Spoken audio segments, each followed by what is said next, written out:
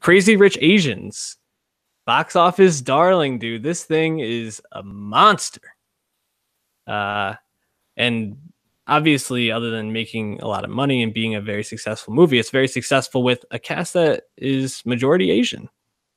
It's, I mean, I don't think there's any title role that's not Asian. If I'm thinking about it, I'm trying to think how many white people actually saw in it. Yeah, it's the first Hollywood film with a majority Asian cast since 1993. In a contemporary setting, the only time you get like a lot of Asian people in a Hollywood film is when it's set in the far past, involving kung fu, involving the Japanese in World War II. It's pretty limited. So the fact that you just get Asian people, period.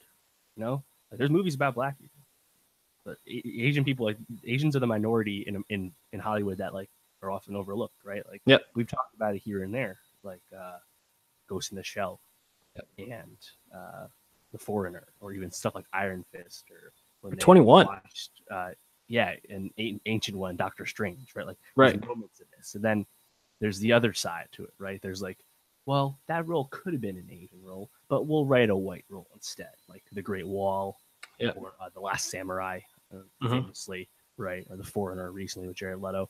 So like, there's stuff like that, and obviously we have the past racism towards Asian roles, like 16 Candles, for example, right?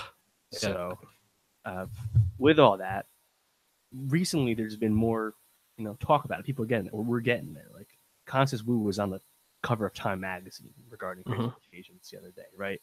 And Alan Yang talked about representation for Asians when he accepted the Emmy for Master of None. We always remember the Asians on TV episode, season 1, which was superb. So there's been momentum to people. It's not a secret anymore, right? Or it's not like there's the Asian echo chamber, no one's listening, right?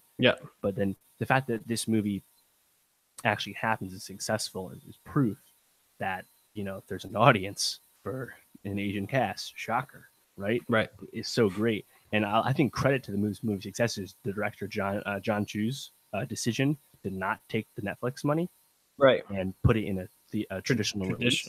Because he was greenlit a trilogy on Netflix with creative control, and there's guaranteed eyeballs on Netflix, obviously, especially if they were going to promote it. But he wanted he understood the meaning, and he went with a traditional release through Warner Brothers, and credit to him. But on top of that, you're like, oh, but is the movie good? Is it worth all this hubbub, or just the token thing? No, I think it's a really good, fun rom-com. And rom-coms are not as popular or present as they once were. So it's filling a hole. Right. I think you laid out all the importance of why the majority Asian cast matters and why it's so important. But the fact that not only do they have a majority Asian cast, but fucking rom-com in 2018 that's this successful is a huge testament to this movie. And it's a lot of fun. I mean, I wouldn't say this is going to be one of the best movies of the year. It's a rom-com. It's not supposed to be up there with, like the Oscar beat, but it's fun. It moves. And you really find yourself rooting for the people by the end, which is the most important thing in these sort of movies.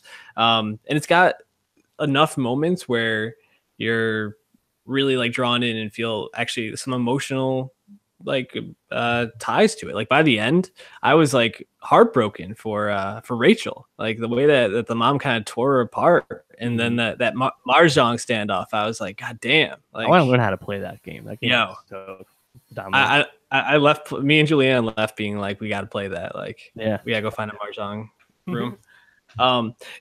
Real quick, Awkwafina, was she trying to do a Miley Cyrus impression?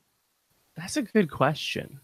Yeah, I wasn't expecting her to play it that way, but yeah, because like that's not how she normally talks. We just saw her in Ocean's 8. No, so that was a choice. But I liked her. I thought she pops. She's a funny, energetic presence. Absolutely. No, she's electric. I was kind of distracted by how Miley Cyrus like the whole thing was, especially with the blonde wig. Wow, I didn't think of that, but that's spot on. So talk to me about some of the scenes in the movie that stood out to you that you really liked, or performances. I think you the end scene with basically anything when it's Constance versus Michelle Yeoh, right? Yeah. Any of that stuff is great. I think the way they build up that tension is done well because it's really subtle. And then they have that face off, and Jon Chu actually talked about this. He's like, "Yeah, we understood a lot of Western audiences probably wouldn't understand the rules of the game, but like you'll get the idea, you get the meaning, and the fact that Constance Wu, what was her character's name? Rachel. Rachel. The fact that Rachel had the winning hand and gave it up as like a symbol of, hey, I got my man, but I'm gonna give it up because I want to fuck up his family. Yeah, and I was really effective. And then even before that, I thought everything with Aquafina and her family was just great. Hilarious. Comedy. Ken Jeong, small role, but he was awesome. The stuff I saw some people like really praising this, but the only thing I didn't really like was like the Astrid subplot. Like, there's a lot of threads with characters, and like this is a trilogy of books, so we assume we'll get the sequel soon announced. But I just didn't think it just seemed kind of boilerplate to me. Like, I didn't.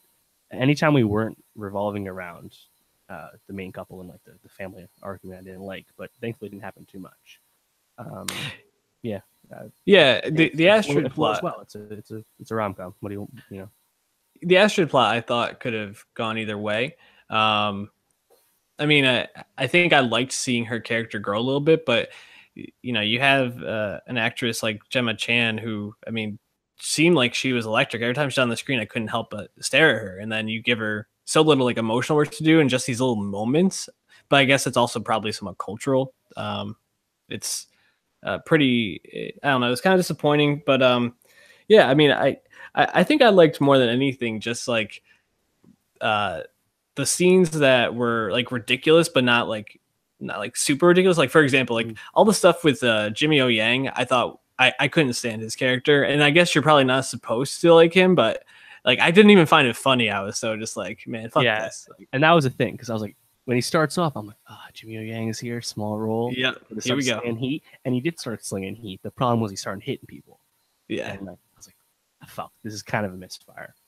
And yeah, that's disappointing, but whatever. It didn't make or break the movie. What did you feel about Nick? Swaggy P, Nick Young, Henry Golden.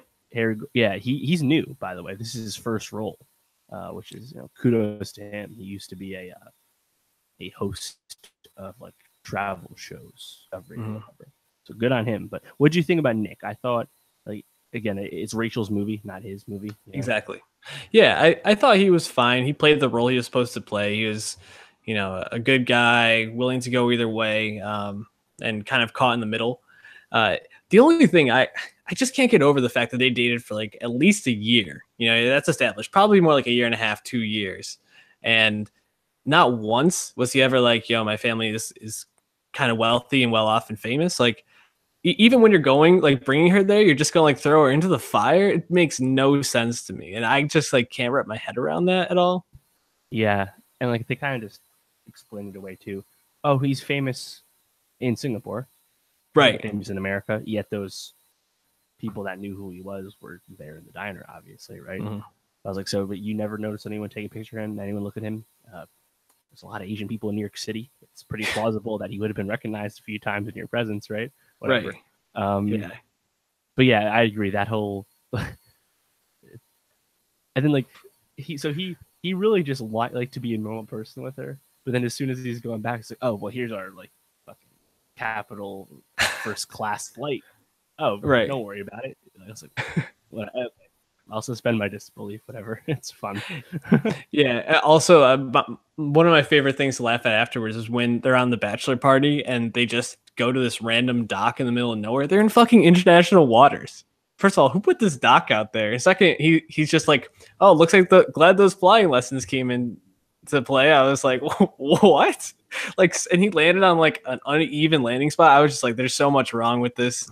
But it's a rom-com. It's one of those things you can kind of suspend belief on, and like the princess just being like an economic like nerd somehow, so they can just like hit it off, just right. So random. But yeah, no, I mean the rom-coms are hard movies to hate just because they really hit you in the good feels most of the time. It almost always ends up happy, and this movie did that, and it's not only an achievement for what it means for minority casts and specifically Asian casts, but just bringing the genre back. See some more of these movies made to fill in those gaps a little bit. We talk about those art films and the blockbusters, and these are good middle of the road films for that. Yeah, absolutely. And Jon Chu, fresh off, Yep. They announced he's directing a 10-episode mystery series for Apple, starring Brooklyn Prince, the young lead from the Florida Project. So nice. Sounds like a solid follow-up for sure.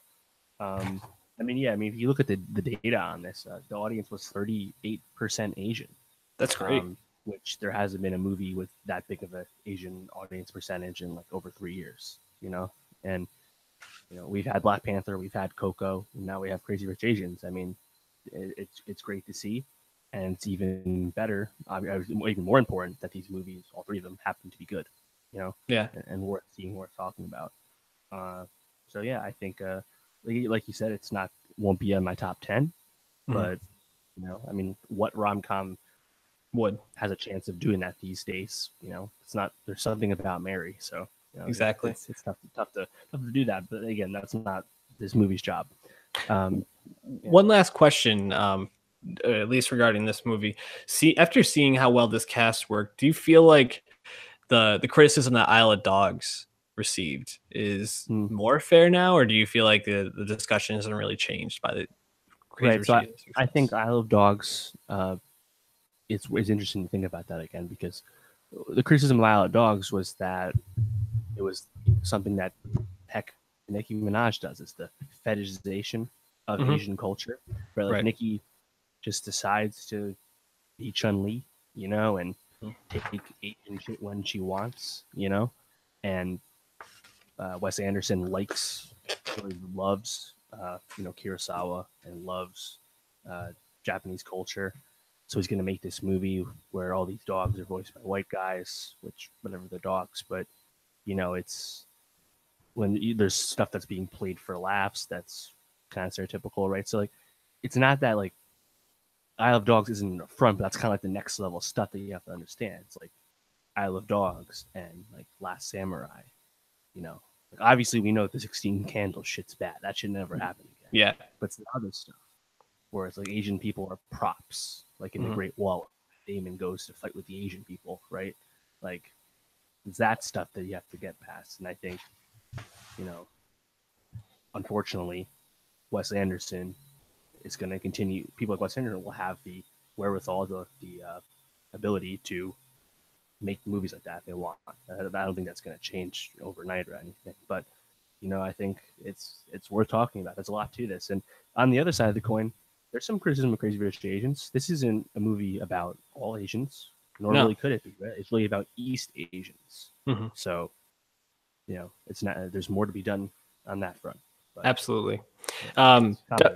It's a conversation we'll be having, probably be talking about as we wrap up the end of the year and talk about a lot of the trends that happened in movies in Hollywood. So a lot of really positive steps forward, a lot of steps forward in a lot of discussions, not only Asians, but racially, with Black Klansmen and in terms of religion as well in that movie. So definitely check those movies out. We recommend them.